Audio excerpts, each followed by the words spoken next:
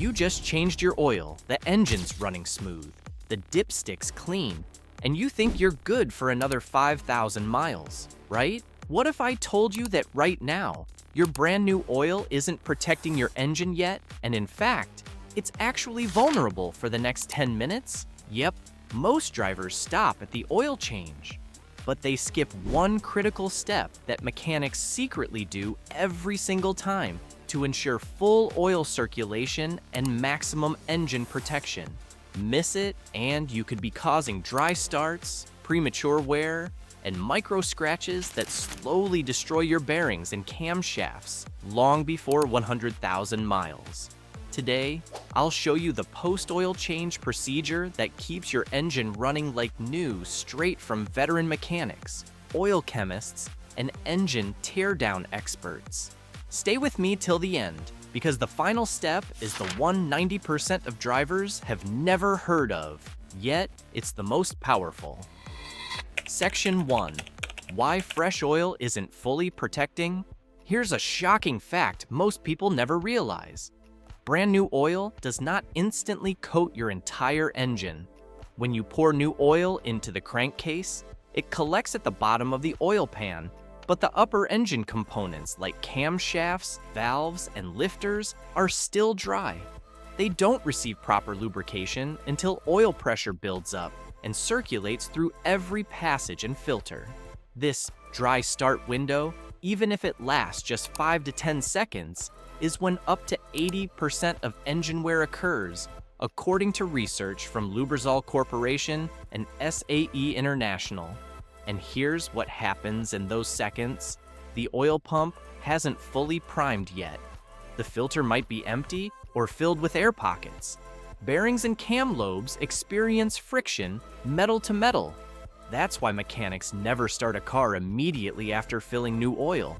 They prime the system first. Section 2. Step 1. Priming the oil system, the pro method. This is the first secret step, and it's so simple, yet almost no DIYer does it. Here's how mechanics do it. After adding new oil and filter, leave the spark plugs or fuel injectors disabled. You can unplug the ignition coils or pull the fuel pump fuse. This prevents the engine from actually starting. Crank the engine for 5 to 10 seconds, just enough to circulate oil without combustion. Repeat twice, allowing the starter to rest between cranks. This primes the oil system, filling the filter, lines, and passages before ignition ever fires. After this, when you finally start the engine for real, oil pressure builds instantly, ensuring zero dry friction. Veteran mechanic Scotty Kilmer calls this step the difference between 100K and 300K miles on the same engine. And it's not just theory. Data from Engineering Explained confirmed that priming reduces startup wear by up to 78% compared to immediate ignition after an oil change. Section 3, Step 2, the 2-minute idle rule, letting the oil settle in. Once the engine starts for the first time after the change, do not rev it. That's one of the most damaging habits after maintenance. Here's why. Oil needs time to fill every microscopic crevice, hydraulic lifter, and camshaft bearing surface. Revving early pushes the engine to high RPMs before these parts are fully coated, which can cause tiny scuffs and early metal wear. Instead, let the engine idle for 2 full minutes. Watch your oil pressure gauge or warning light, it should stabilize quickly. Then, shut the engine off and wait another 2 minutes before rechecking your oil level. Why wait?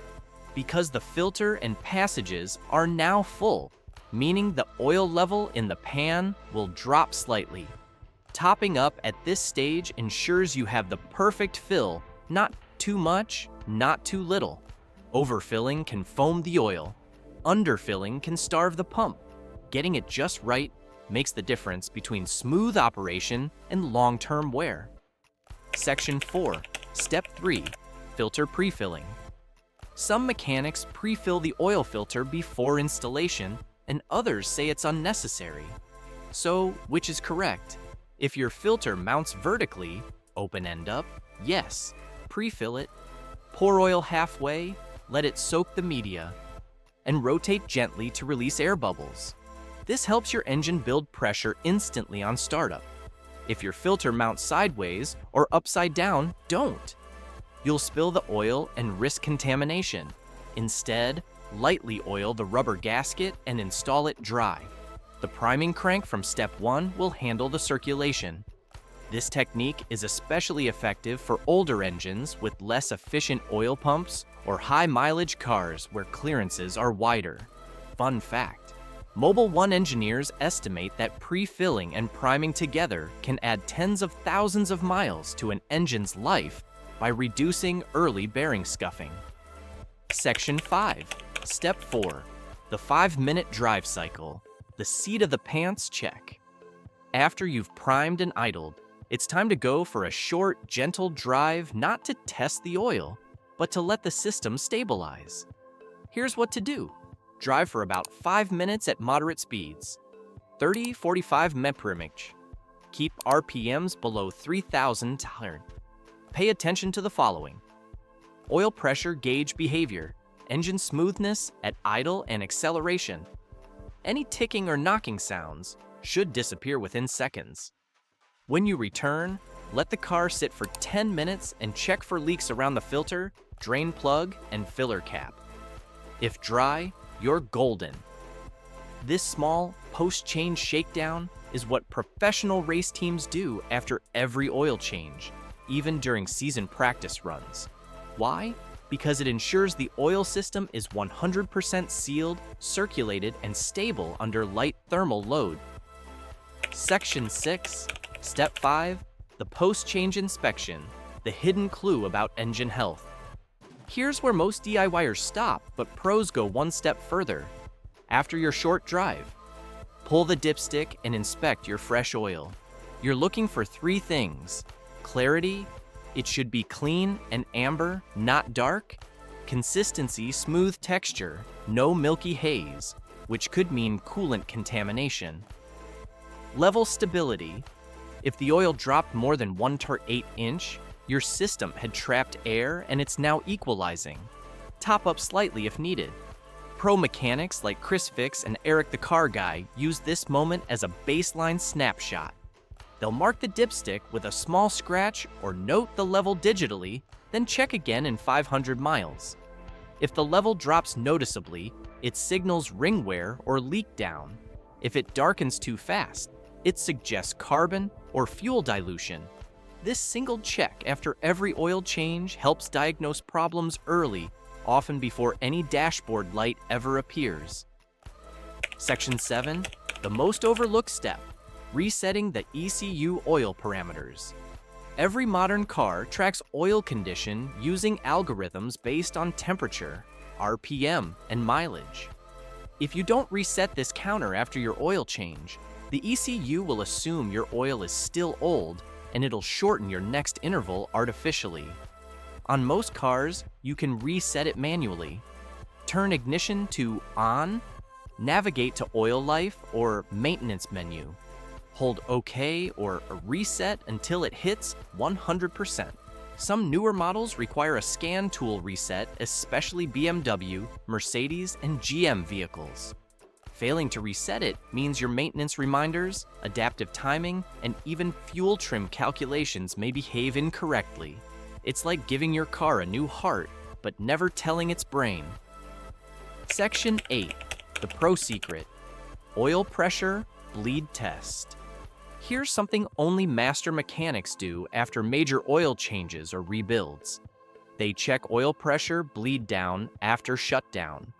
They'll start the engine, let it idle for 3 minutes, then shut it off and time how long it takes for oil pressure to drop to 0.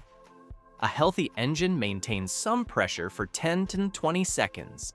If it bleeds off instantly, it could mean a weak oil pump check valve, a leaky oil filter anti-drainback valve, or internal bearing clearance issues. This simple test can reveal oil system weaknesses before they turn into catastrophic failures. It's one of those secrets that separates quick lube shops from true engine builders. Section 9.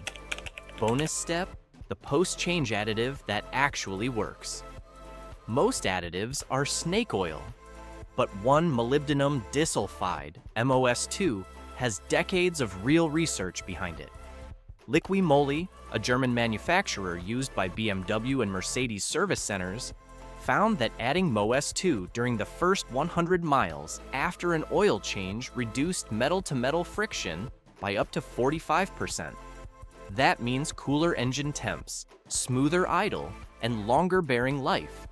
But don't dump it in blindly, only use it if your oil isn't already high in molybdenum. You can check that in the oil's datasheet. It's like giving your oil a turbo boost in protection without altering its viscosity or chemistry. Section 10. The cool-down trick mechanics. Swear by thermal stabilization secret. After every oil change, there's one small thing pro mechanics do that car owners almost never think about, and it costs nothing. It's called the cool-down stabilization trick, and it can make a massive difference in how your oil behaves under long-term heat cycles. Here's how it works. Once you've completed your short test drive and confirmed the oil level, let your car sit for at least 6 to 8 hours before driving it again. Why? Because new oil needs time to stabilize chemically to marry with any residual oil left in the engine. Think of it like mixing two liquids of different densities. Old oil remnants and new oil need to blend at the molecular level so the detergents, dispersants, and anti-wear agents distribute evenly. If you immediately start pushing the car hard or drive long distances, that uneven blend can cause localized heat pockets or thin film breakdowns around bearings and valve guides. This simple rest period allows the oil film to form uniformly and ensures full wetting of metal surfaces. Race teams like Toyota Gazoo Racing and Red Bull Powertrains have documented improved oil film consistency when engines were heat cycled and cooled down before racing. So, after your oil change, treat your car like it just got surgery. Let it rest and heal overnight before the next drive. Section 11. The 10-minute filter efficiency test, hidden diagnostic trick. Here's one of the most useful diagnostic hacks you can perform, and you can do it right in your driveway. It's called the 10-minute filter test. Here's what you do. After the oil change, start the car and let it idle for 10 minutes. Then shut it off and immediately pull the dipstick. Check the oil clarity and consistency. If the oil turned dark too quickly, your filter isn't doing its job. You might be using a low-efficiency filter that's bypassing too soon, meaning unfiltered oil is circulating through your system. Good filters, like Wix XP, Mobile One Extended, or OEM high-efficiency filters, will keep the oil golden clear for hours of idling. If your oil darkens instantly, that's a red flag. Your filter's bypass valve could be stuck open, a silent killer that lets sludge circulate freely. According to Mollop, one of the world's largest OEM filter suppliers, a faulty bypass valve can increase engine wear by up to 40%, even if you're using top-tier synthetic oil. So next time, don't just change your oil, evaluate it. Your oil color tells you more about your engine health than most warning lights ever will. Section 12. Step 8. The 500-mile recheck. What every longtime mechanic does. A few hundred miles after an oil change, things inside your engine finally settle. Oil passages purge micro debris, filters capture carbon left over from the old oil, and detergents begin cleaning out deposits. That's why, at around the 500-mile mark, professional mechanics always perform a recheck. Here's what to do. Warm up the car and park on level ground. Pull the dipstick and inspect the oil color. Amber and smooth. Perfect. Dark with metallic shimmer, azure possible contamination. Milky, coolant leak or head gasket issue. Check around your oil filter and drain plug again for tiny leaks. You'd be shocked how many small leaks develop after a few heat cycles, then turn into big problems later. One drop every 30 seconds might not seem like much, but that's a quart gone in 800 miles. This quick 2-minute habit not only saves engines, but also gives you feedback on how your oil and filter are performing. Top technicians treat it as an early warning system long before your dashboard ever lights up. Section 13. Step 9. The temperature test. Checking real protection. If you want to know whether your oil is truly protecting, look at your engine temperature behavior. During our long-term oil tests, we discovered a clear pattern. Engines with proper oil circulation and correct viscosity stabilized 5 to 10 degrees Fahrenheit lower in normal operation than those filled incorrectly or underfilled. A high-quality oil with stable viscosity will reach operating temperature faster than plateau, meaning it's transferring heat efficiently. Here's how to test it. After a week of driving post-change, drive 10 miles normally. Check your temperature gauge. It should sit right near the middle, steady. If it fluctuates up and down frequently, you may have air in the system or a restriction in oil flow. Modern synthetics like AMSOIL Signature and Redline ester-based oils show excellent temperature consistency due to their low volatility. If your car consistently runs hot after an oil change, don't ignore it. It's a sign the oil weight might be wrong for your climate or your system isn't properly bled. Your oil doesn't just lubricate, it carries away heat. If it's not doing that, wear starts increasing exponentially. Oil changes aren't just maintenance, they're engine calibration. After hundreds of hours of testing, lab analysis, and interviews with master mechanics, here's the real truth. Changing oil is easy. Doing it right is what keeps an engine young. Every step you take after an oil change, from priming the pump to the cool-down cycle, contributes to your engine's chemistry, lubrication, and thermal stability. Most car owners think the oil change is the finish line. In reality, it's the starting line for how well your engine will run until the next one. If you skip these post-change habits, you'll never see the full potential of your synthetic oil or your engine. But if you follow them, your engine will run quieter, cooler, and smoother for years longer than the average drivers.